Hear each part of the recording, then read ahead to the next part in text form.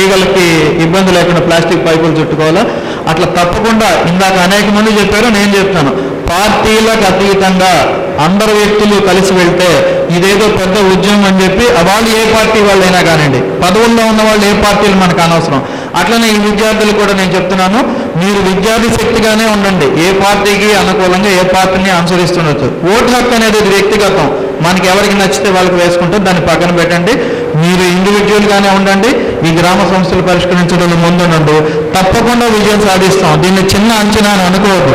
ఈరోజు తక్కువ మంది వచ్చారని మీరు అనుకుంటున్నారేమో, ఈ తక్కువ మందే మనకి చాలా గ్రామం అభివృద్ధి చెందడానికి అందరూ కూడా సహకరిస్తారు. దాంట్లో నా వంతు నేను తప్పకుండా సహకరిస్తానని చెప్పి తెలియజేస్తూ ఈ అవకాశం ఇచ్చిన దానికి ధన్యవాదాలు తెలియజేస్తాను. అయితే ఈ గ్రామంలోని పెద్దలందరూ కూడా ఒక రిప్రజెంటేషన్ ఇచ్చి ఎలక్ట్రికల్ శాఖకి మనం విద్యార్థుల తరఫున కూడా ఇది రేపే కూడా చేయొచ్చు. ఎందువల్లంటే చెట్లు నరికేయడం అనేది చాలా కాలంగా జరుగుతూ ఉన్నది. అది పనిగా రెండో శనివారం రోజు కరెంట్ ఆపేసి కొట్టుతుంటారు. దానికి పైపులు వేయడం ద్వారా పరిష్కారం ఉన్నది అనుకుంటే పైపులు అది ఏఈ గారు కదా అడిగి రిప్రజెంట్ చేస్తాం, it will be definitely solve. Proposal చేస్తే అందరం కలిసి ఇప్పుడు ఆర్టీసీ బస్సులు ఎక్కడ ఆగుతున్నాయి ఒకసారి మీరు చూసారంటే చెన్నూరు రోడ్డుకి ఎక్కువగా రోడ్డు మీద ఆగుతున్నాయి, ముందుకు వెళ్ళి ఆగడం లేదు. ఇది అసౌకర్యంగా ఉంది. ప్రయాణికులు నిలబడడానికి కూడా ఎటువంటి షెల్టర్ లేకపోవడం అనేది చాలా ఇబ్బందిగా ఉంది. దయచేసి గమనించగలరు. నమస్కారం. విద్యార్థులకి ఆశీస్సులు. ఈరోజు మన గ్రామంలో ఇలాంటి సభ నిర్వహించడం చాలా సంతోషకరమైనటువంటి విషయం. ఇది ముఖ్యంగా విద్యార్థులు అనుకుంటే ఎలాంటి కార్యక్రమాన్నైనా వారు సాధించగలరు అనేది మనం అందరం కూడా వారిని అభినందించాల్సిన విషయం. ఈ విద్యార్థులు వారికి వచ్చినటువంటి ఈ ఆలోచనని ఈ సభాపూర్వకంగా వారు ఈ సభను నిర్వహించడం చాలా గొప్ప విషయం.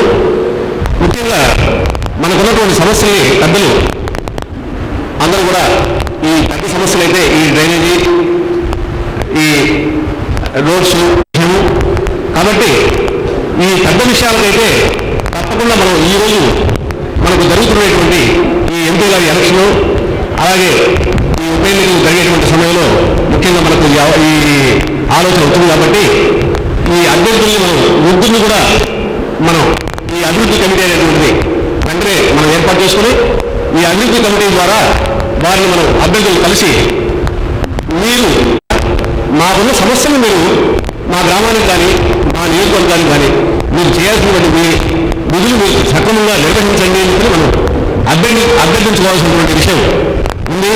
కాబట్టి ఈ అభివృద్ధి కమిటీ మనం పార్టీలకు అతీతంగా ఏర్పరచుకొని ముఖ్యంగా మనం ఆ అభ్యర్థులతో ఇందాక చెప్పినట్టుగా మన నెహ్రూ గారు, మొదటి ప్రధానమంత్రి అయినటువంటి నెహ్రూ గారే మనకు వారి నియోజకవర్గంలో పని అప్పచెప్తే మరి అధికారులు సహకరించాలని చెప్పారు. అలాగే అభివృద్ధి కమిటీని మాత్రం తప్పకుండా ఏర్పాటు చేసుకుని వెంటనే ఈ యాక్షన్ తీసుకోవాలని చెప్పి నేను కోరుకుంటూ ఈ యువశక్తిని, ఈ విద్యార్థి శక్తిని ముఖ్యంగా మనం అభినందిస్తూ నేను వారికి సూచనలు తప్పకుండా నాకు తెలిసిన సూచనలు నా సహకారం నేను తప్పకుండా ఎల్లప్పుడూ ఇస్తానని చెప్తూ నేను వినిపిస్తున్నాను. ఇంతమంది ఇక్కడికి విచ్చేయడానికి కారణం కరపత్రం వెనుక విద్యార్థి బహుశా ఇందులో సగం కూడా వచ్చిండ్రు, స్వచ్ఛందంగా వచ్చిండ్రు. మరి అటువంటి విద్యార్థి శక్తి మీరు ముందుకొచ్చారు, మీరు ముందే ఉండండి. దాంతోపాటుగా మేము కెరీర్ని పాటు చేసుకోకుండా మేము మీకు పూర్తి సహకారాన్ని ఇస్తాం. అయితే రెండు విషయాలు, ఒకటి మాస్టర్ డ్రైనేజ్ విషయం చెప్పారు. గతంలో మనం ఎంత కష్టపడి ఏదైనా ఒక దాన్ని సాధించినా అది నెరవేర్చవలసింది అధికారులు, రాజకీయ నాయకులు. మన చేతి దాకా వచ్చినటువంటి ₹1,00,00,000 దీన్ని కేవలం ఆ రెండు శక్తుల వల్ల మనం పోగొట్టుకోగలిగాం. వారి పంపకాలకి అడ్డం వచ్చినటువంటి దాన్ని పోగొట్టుకోగలిగాం. కాబట్టి మనం ఎంత ప్రయత్నం చేసినా అక్కడే ఉంటుంది ముడి. ఆ ముడికి కూడా మనం ఎదురు నిలవాలి. అది ఒకటి. రెండోది ఇంకో విషయం, 4 లైన్స్ విషయం. 10 ఏళ్ళ నుంచి విజయనగర్ చెప్పారు, ప్రయత్నం జరుగుతూనే ఉందని. అయితే ఎప్పుడు ఎలా వస్తుందో తెలియనటువంటి 4 లైన్స్కి వినాయకులు అడ్డం వచ్చారు కానీ నడి రోడ్లో నాయకులు అడ్డం కాల. ఎప్పుడో 4 లైన్స్ వస్తుందని చెప్పి మనందరికీ తెలుసు, అలాంటిది మనం ఖండించలేకపోయాం. ఎక్కువ మెజారిటీ విశ్వాసం ఉండేటువంటి ఒక దేవాలయాన్ని కూలగొట్టే మనం ఖండించలేకపోయాం. ఇలాంటివి కూడా మనకి అనుభవాలు తెచ్చిపెడుతుంటాయి. దీన్ని గుర్తుపెట్టుకోవాలి. విద్యాశక్తిగా మీరు ఎప్పుడు మేము నడవడానికి సిద్ధంగానో. ఫైనల్గా నేను చెప్పొచ్చింది 4 లైన్స్ రోడ్డు లేకపోయినా కనీసం నెల్లూరు నుంచి బుచ్చి రహదారి అయినా బాగుపడేటువంటి ప్రయత్నం చేయడానికి ఒక్కటే నా యొక్క సలహా. ఈరోజు 3 అభ్యర్థులు వస్తున్నారు మన ముందుకి, కోట్లు ఖర్చు పెట్టడానికి సిద్ధంగా ఉన్నారు పంపకాలకి. నేను ఒక్కటే బుచ్చి మండల ప్రజల్ని, లేకపోతే కనీసం బుచ్చి టౌన్ ప్రజలనైనా కోరుకునేది, నేను ముందుంటాను, మీరు కూడా నాతో కలిస్తే వాళ్ళు ఎంత పంపకాలు చేయదలుచుకున్నారో ఇక్కడ మనం నయా పైసా కూడా తీసుకోవద్దు. గుండెల మీద చేసుకుని నయా పైసా కూడా తీసుకోవద్దు. వాళ్ళు పంపకాలు చేయాల్సుకున్న అమౌంట్ ఎంతో చెప్పమనండి, దాంతో ఆ రోడ్డు అభివృద్ధి చేయించడానికి మనం ప్రయత్నం చేద్దాం. దానికి ఏ విధమైన పోరాటానికైనా నేను ముందుంటానన్న హామీ ఇస్తూ ఈ అవకాశం ఇచ్చినందుకు. అర్ధపూట లేకపోతే ఒకరోజు బుచ్చి నెల్లూరు రోడ్డు మీద ట్రాఫిక్ ఆపగలిగితే ఎటువంటి శక్తి అనేది వస్తుంది. ఆ చేయగలిగినటువంటి శక్తి విద్యార్థి శక్తి. మీకున్న పనులన్నీ తీసుకురండి, రోడ్డు మీద పడదాం, 1 గంట సేపు కంటిన్యూగా హారం ఇస్తూ నిలబడదాం, ఎలా జరగదో చూద్దాం. ఇటువంటి వాటికి ముందుండగానే నేను సిద్ధం, మీరు సిద్ధమైతే నేను ఎప్పుడు సిద్ధం. తదా ప్రజ తదా యథా ప్రజ తదా రాజా. కాబట్టి ఏదైనా ఉన్నారా? వనమాల సంస్థను స్థాపించారు. ఆమె పని ఏం లేదు. రాజకీయ నాయకులు ఎవరన్నా వస్తే ఎలక్షన్ జరిగే ముందు వాళ్ళు చెప్పేది రికార్డ్ చేస్తారు. గెలిచిన తీసుకెళ్ళి మీరు ఈ 12 సమస్యలు చేస్తామన్నారు, ఏం చేశారు, ఎప్పుడు చేస్తారు అని అడగడమే ఆమె పని. అట్లాగే మన ఊర్లో కూడా చాలామంది ఉన్నారు. మేడం గారిని చూస్తే ఆమె గుర్తొస్తున్నారు నాకు. ఆమె వీణా రామన్న గారు ఏం చేశారంటే ప్రతిదీ రికార్డ్ చేసుకుంటారు. సమాచార హక్కు చట్టం ద్వారా వివరాలు తెప్పించుకొని మీరు ఇది చెప్పారు, ఎప్పుడు చేస్తారు, ఎందుకు చేయలేదు. ఆమెకి ఊరంతా సపోర్టు. హెడ్లైన్ ఏం రాశారంటే ఇండియాలో ఆమె అంటే హడల్ అంటే అసలు హెడ్లైన్ చూశారు సార్ కూడా. మనకి ఇప్పుడు ఉచ్చిరెడ్డిపాలెం విద్యార్థి శక్తి అంటే కూడా హడల్ అనే స్థాయికి రావాలని కోరుకుంటున్నాం. మనం నిర్వహించుకున్నాం. ఊర్లో ఉండేటటువంటి ఆల్మోస్ట్ వాళ్ళందరూ పెద్దలు ఇక్కడ కలిసినందుకు అందరికీ ప్రత్యేకంగా ధన్యవాదాలు తెలియజేసుకుంటున్నాం. కాకపోతే ఇక్కడ ఉన్నటువంటి పెద్దలందరూ మాకు చదువు నేర్పిన వాళ్ళు, మేము చదువుకున్న వాళ్ళు, మాకు గురువులు, రాజకీయంగా సామాజికంగా మమ్మల్ని ముందుండి నడిపించినటువంటి వాళ్ళు అందరూ ఉన్నారు. వీళ్ళందరినీ నేను ఒక సద్విమర్శ చేయదలుచుకున్నా. దయచేసి అందరూ పాజిటివ్గా ఆలోచిస్తారని అనుకుంటున్నా. అసలు విద్యార్థులు మన ముందు పెట్టినటువంటి అప్పీల్ని మనం పూర్తిగా మర్చిపోయాం. అంటే నా కొడుకు అనుకోండి, నాన్న నన్ను రచ్చ సినిమాకు తీసుకెళ్ళు అని అడిగితే, అరే బాబు బస్టాండ్కి పోతే నెల్లూరు బస్సు వస్తుంది, నెల్లూరు బస్సు ఎక్కితే ఆత్మకూరు బస్టాండ్లో దిగవచ్చు, ఆత్మకూరు బస్టాండ్లో దిగితే సినిమా హాల్ కాడికి పోవచ్చు, సినిమా హాల్ అదే S2 కాంప్లెక్స్లో సినిమా నడుస్తుంది, కాంప్లెక్స్ చాలా బాగుంటుంది, అక్కడ పాప్కార్న్ 85 రూపాయలు అమ్ముతారు, కాబట్టి ఆడికి మనం వెళ్ళాలంటే 500 రూపాయలు ఖర్చు అవుతుంది, ఈ ఖర్చుకు డబ్బులు ఎట్లా చేద్దాం, ఇవన్నీ నా పిల్లవాడికి చెప్పాను. కానీ అసలు వాడు కోరిక సినిమాకి ఎప్పుడు తీసుకోకుండా చెప్పాలా. అర్థమైందా? నా ఆలోచన అర్థమైందా?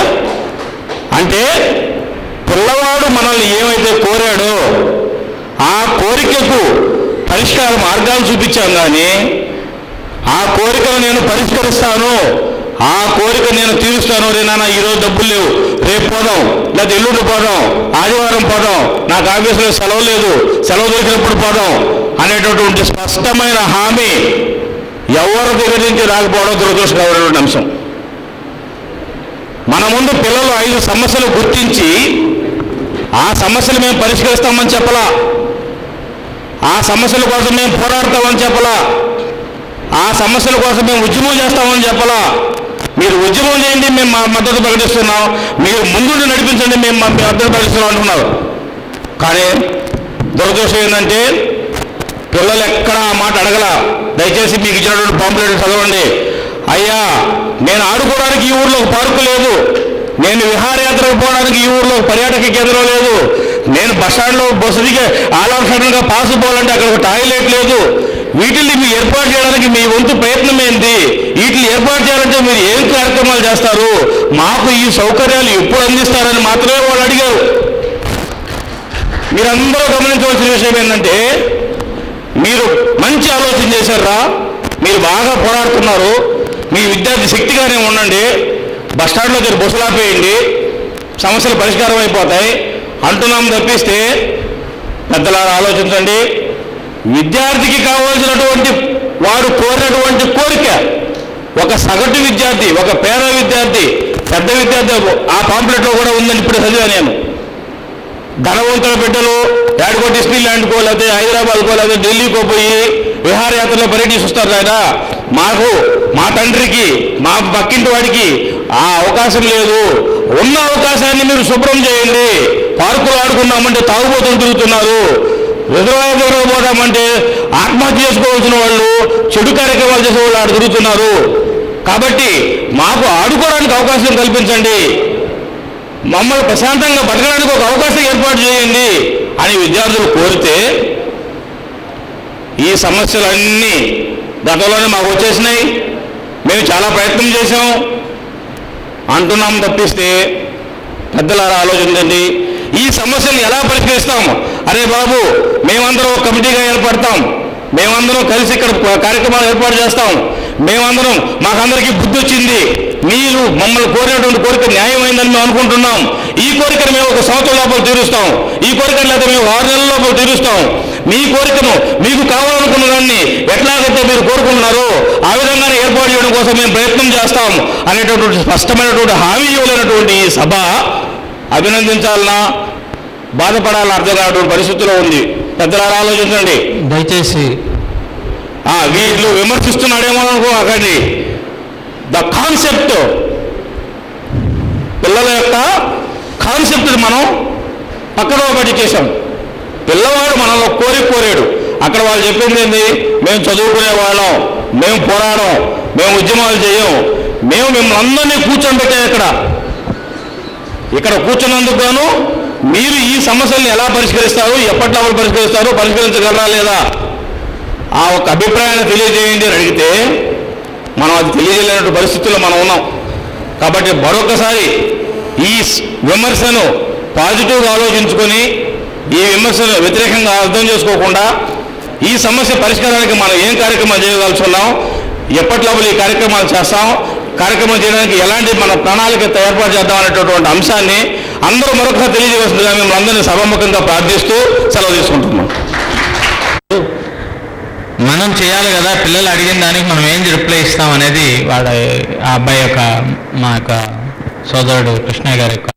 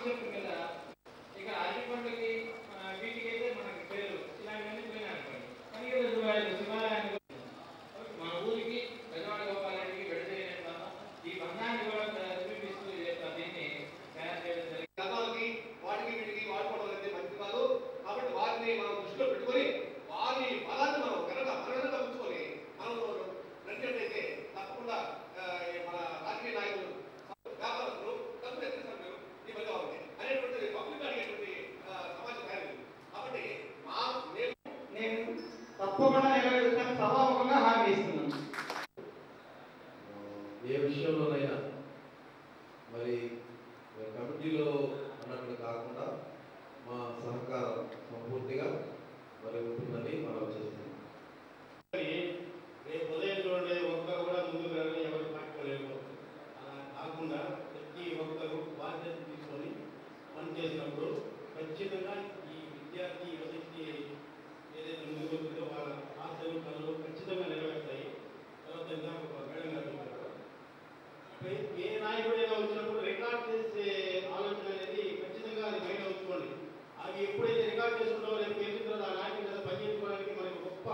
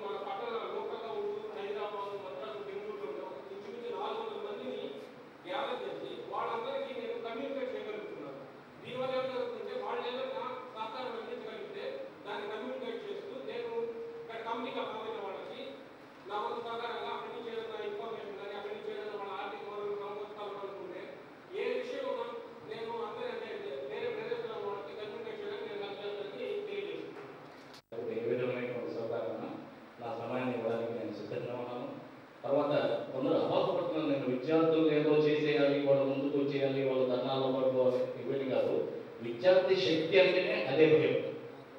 అవసరమైనప్పుడు వాళ్ళ శక్తిని చూపించగలిగితే పెద్దలు ఎంతమంది ఉన్నా వాళ్ళ శక్తి వెనక ఉంది అనేటువంటి కనబడితే అవసరమైనప్పుడు దానికి విలువ ఉంటుందనే ఉద్దేశం, అంతేగాని వాళ్ళ కెరియర్ని పాస్ చేయాలనే ఉద్దేశం కాదు. కాబట్టి నేను సిద్ధంగా ఉన్నాను. మరోసారి తెలియజేస్తాను. పిలవగానే వచ్చిన పెద్దలకు ఈనాడు, ఆంధ్రజ్యోతి, సాక్షి, ఆంధ్రభూమి, వార్త, హిందూ పేపర్లలో పాంప్లెట్స్ 3 సార్లు కూర్చున్న ఏజెంట్లకు ధన్యవాదాలు. 2 లక్షల విరాళాలతో వాటర్ ప్లాంట్ ఏర్పాటు చేస్తామన్న వసంతలక్ష్మి గారికి, చెరువు వద్ద 1 సంవత్సరంలోపు ఆటల స్కూల్ ఏర్పాటు చేస్తామన్న శ్రీ ఇజ్రాయిల్ గారికి మా హృదయపూర్వక ధన్యవాదాలు. మేము సేకరించిన సంతకాలను అన్ని పార్టీల ఎంపీ అభ్యర్థులకు ఇస్తాము.